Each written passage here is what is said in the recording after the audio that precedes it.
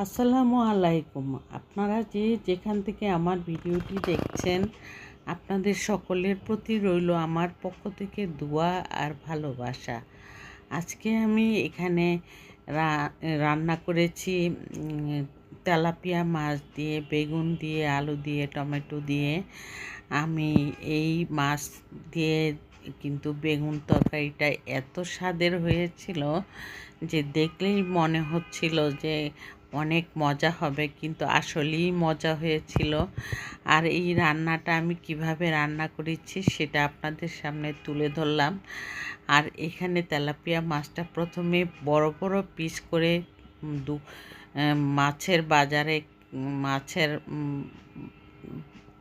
লোকরা কেটে দিয়েছিল, সেই জন্য এমন পাতলা পাতলা করেছে যে, কিন্তু তারপরও মাছটা ভেজেছি যখন তখন একটুও কিন্তু ভেঙে যায়নি, আর রান্না করার পরেও ভাঙেনি।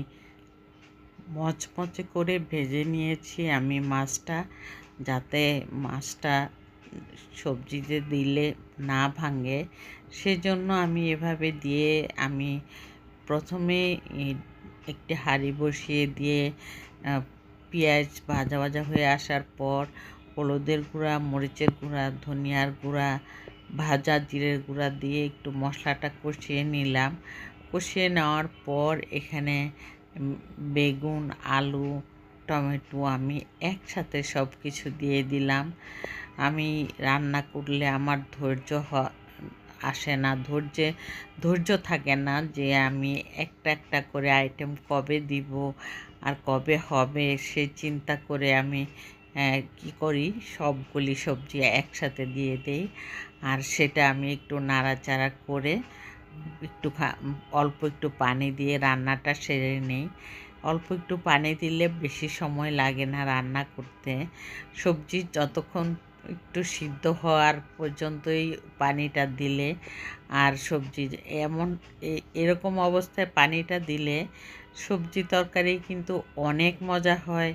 সবজিটা সিদ্ধ হয়ে দেখা যায় যে পানি উঠে যায় একটু, ওই পানিটা দিয়ে সবজিটা সিদ্ধ হতে হতে পানিটা শুকিয়েও যায়। আর যতটুকু পানি আমি দিয়ে থাকি সেইটুকু পানি কিন্তু থেকেই যায়। আর সেই জন্যই সবজিতে বেশি পানি না দেওয়াই ভালো।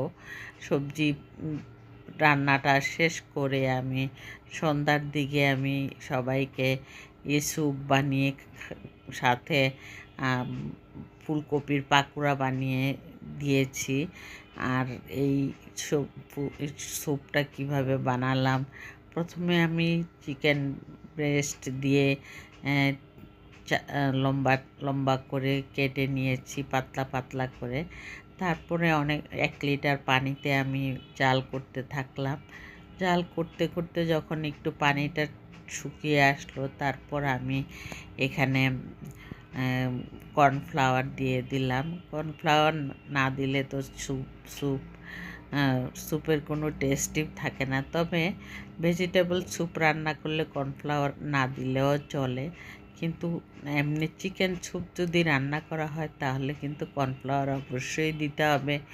আর সেই চিন্তা করে আমি কর্নফ্লাওয়ারটা দিয়ে আমি অনেকক্ষণ বলক আসার পর তারপর আমি 2টা ডিম ফেটিয়ে নিয়েছি। 1 লিটার পানির মধ্যে 2টা ডিম লাগবেই, অবশ্যই লাগবে। আর সেই চিন্তা করে কিন্তু আমি 2টা ডিম ফেটিয়ে নিয়েছি। আর আস্তে আস্তে এক হাত দিয়ে দিচ্ছি, আরেক হাত দিয়ে আমি নেড়ে যাচ্ছি। আর ভিডিওটা আমার যদি আপনাদের কাছে একটু হলেও ভালো লেগে থাকে তাহলে অবশ্যই একটি লাইক দিয়ে কন্টিনিউ করবেন। সাবস্ক্রাইব করে অল বাটনে প্রেস করে রাখবেন, যাতে আমার ভিডিও ছাড়ার সাথে সাথে আপনার কাছে আমার নোটিফিকেশান চলে যায়। আর সেই চিন্তা করে আমি আপনাদের কাছে অনুরোধ করছি একটি লাইক দিয়ে কন্টিনিউ করবেন। আর এখানে রুটি বানাচ্ছি সকালবেলা, পরদিন সকালে নাস্তার জন্য রুটি বানাচ্ছি। আর ভাবলাম নাস্তার জন্য রুটি খাবে, মুরগির মাংস রান্না করা ছিল, আর সেই মুরগির মাংসটা গরম করে নিয়েছি, আর এখানে রুটিটা বানিয়ে নিয়েছি। আর রুটিটা বানাতে কিন্তু আজকে রুটিটা চালের আটা দিয়ে বানিয়েছি।